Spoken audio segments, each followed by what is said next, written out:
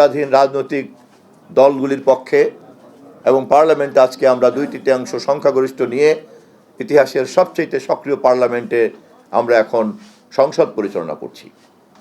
আমরা চাই এত রক্ত, এত প্রাণ, এত বিসর্জন, এত ত্যাগের পরে অর্জিত এই গণতন্ত্র, এই পার্লামেন্ট, এই নির্বাচন, এই সংস্কৃতি আমাদের সকল রাজনৈতিক কেন্দ্রবিন্দু হবে জাতীয় সংসদ। সভ্য রাজনৈতিক সংস্কৃতি, রাজনৈতিক প্রক্রিয়া তাই দাবি করে। কিন্তু এটা খুবই দুঃখজনক, শহীদদেরকে স্মরণ করতে এসে গত কয়েকদিনের পত্রপত্রিকায় আমরা দেখেছি যে আমরা এই আত্মত্যাগের মধ্য থেকেও পরিপূর্ণ শিক্ষা গ্রহণ করতে পারি নাই বলেই আমাদের রাজনীতিকে আজও কৃত্রিমভাবে সংসদের বাইরে নিয়ে যাওয়ার একটা প্রবণতা কাজ করছে।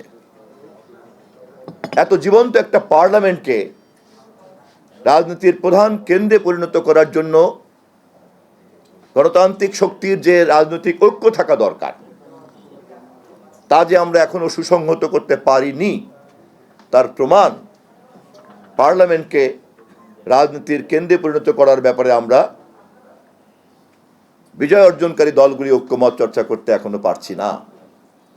শুধু তাই নয়, সামাজিক মাধ্যমে যেহেতু পার্লামেন্ট রাজপথের পাশাপাশি সবচেয়ে বড় যুদ্ধক্ষেত্রে পরিণত হয়েছে, সেখানেও যদি আমরা খুব সচেতনভাবে তদারক করি, নজর দিয়ে রাখি, তাহলে দেখতে পাবো সাধারণ মূল্যবোধ সংস্কৃতির যে মাত্রা, তা অতিক্রম করে একটা অশ্লীলতা চর্চা করার কাজ চলছে। সবচেয়ে দুঃখজনক হচ্ছে এই তৎপরতাগুলির নেপথ্যে যখন কোনো আদর্শের ভিত্তিতে করা হয়, তখন তা আরও অনেক অশনি সংকেত আমাদের সামনে হাজির করে। আমাদেরকে শহীদদের স্মরণ করার জন্য কেবলমাত্রই আবেগ চর্চা করলে চলবে না। শহীদদেরকে স্মরণ করার জন্য কেবলমাত্রই একটা আনুষ্ঠানিকতা চর্চা করলে চলবে না। শহীদদেরকে স্মরণ করার নামে কেবলমাত্রই যদি আমরা আমাদের ব্যক্তিগত অথবা কোনো গোষ্ঠীগত উপস্থিতিকে হাজির করার অজুহাত তৈরি করি, আমাদের বিবেকের কাছে কিন্তু আমরা প্রশ্নবিদ্ধ হব।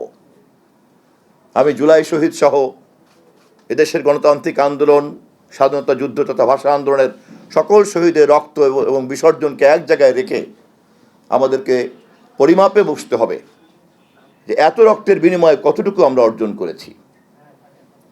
এবং তা যদি পরিমাপ করতে চাই, তাহলে আমাদেরকে প্রমাণ করতে হবে সংসদকে আমরা কতটা কার্যকরী করতে পেরেছি, রাজনৈতিক বিতর্ককে আমরা কতটা গণতান্ত্রিক সংস্কৃতির মধ্যে বিধিবদ্ধ করতে পেরেছি, এবং রাজনৈতিক প্রক্রিয়াকে আমরা কতটা গণতান্ত্রিক সংস্কৃতিতে মহিমান্বিত করতে পেরেছি।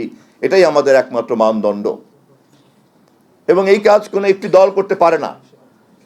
এই কাজ করতে হয় সম্মিলিত সেই সকল দল মিলে, যেই সকল দলরা সবসময় এই আন্দোলন সংগ্রামের মধ্যে যুক্ত ছিলেন। শহীদদের আত্মা শান্তি পাবে, শহীদদের ত্যাগ সার্থকতা লাভ করবে যদি আমাদের এই অর্জনের দাবিদার আমরা যারা, সেই সকল রাজনৈতিক দল শহীদের এই আত্মত্যাগের এই লক্ষ্যটিকে অনুধাবন করি। 2 বছর পরে সকল শহীদদেরকে স্মরণ করতে এসে আমাদের নেতা, আজকের এই অনুষ্ঠানের প্রধান অতিথি জনাব মির্জা ফখরুল ইসলাম আলমগীর, যাকে আপনারা পরিচয় করিয়ে দেওয়ার কিছু নাই, গত 17 বছরের নেতৃত্বে তার ভূমিকা আপনারা দেখেছেন, তার ত্যাগ দেখেছেন, তিতিক্ষা দেখেছেন, এবং তিনি এই ত্যাগ, তিতিক্ষা এবং দায়িত্বের উৎস পেয়েছেন আমাদের দেশনেত্রী বেগম খালেদা জিয়ার নির্দেশ এবং আমাদের নেতা তারেক রহমানের নির্দেশের মাধ্যমে।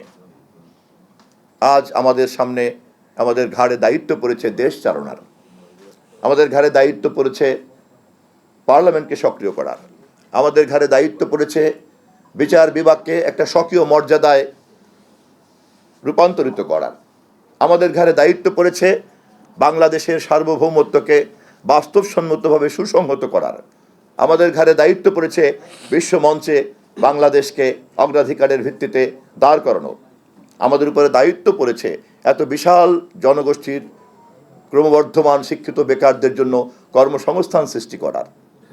এতগুলি দায়িত্ব, এতগুলি মৌলিক লক্ষ্যকে চরিতার্থ করার জন্য আমাদের যে কাজটা করতে হবে, সেই কাজে সকলের সহযোগিতা লাগবে। এবং আমরা চাই পার্লামেন্টে এবং রাজনীতিতে যারা সহযোগিতা করার কথা তারা সহযোগিতা করবেন, এটা আমরা চাই। এবং আমাদের পক্ষ থেকে বারবার আমরা আহ্বান জানাতে চাই যে জুলাই সনদে আমরা স্বাক্ষর করেছি, সেই স্বাক্ষরের সঙ্গে শহীদের রক্ত মিশে আছে। জুলাই সনদের প্রত্যেকটি অক্ষরকে আমাদের সরকার বাস্তবায়ন করতে চায়। পার্লামেন্টে আমাদের সংসদ নেতা, আমাদের দলের মহাসচিব সহ সব নেতারা বারবার এই কথা আমরা বলেছি। এবং এই সকল কিছুই করতে হবে জনগণের নির্বাচিত পার্লামেন্টের মাধ্যমে। এর বাইরে এই লক্ষ্য অর্জন করার আর কোনো সাংবিধানিক নিয়মতান্ত্রিক কোনো মঞ্চ আমাদের কাছে নাই। আমরা ধীরে ধীরে সেই পথে এগিয়ে যাচ্ছি এবং এই কাজটি ঐক্যবদ্ধভাবেই আমরা করতে চাচ্ছি। এবং এভাবেই আমরা দেশে একটা সুশাসনকে নিশ্চিত করতে চাই। ক্ষমতার বাইরে বসে ফ্যাসিবাদকে উৎখাত করার জন্য জীবন বাজি রেখে যেমন আমাদের নেতা দেশনায়ক তারেক রহমান, আমাদের মহাসচিব মির্জা ফখরুল ইসলাম আলমগীর সহ সকলে মিলে জীবন বাজি রেখে লড়াই করেছিলাম, তেমনি আজ ক্ষমতাসীন দলের নেতা, মন্ত্রী, প্রধানমন্ত্রী, সংসদ সদস্য এবং অন্যান্য দায়িত্বর সকলে মিলেই আমরা আমাদের এই সুশাসনের দায়িত্বটাকেও নিশ্চিত করতে চাই। যদি আমরা তা করতে পারি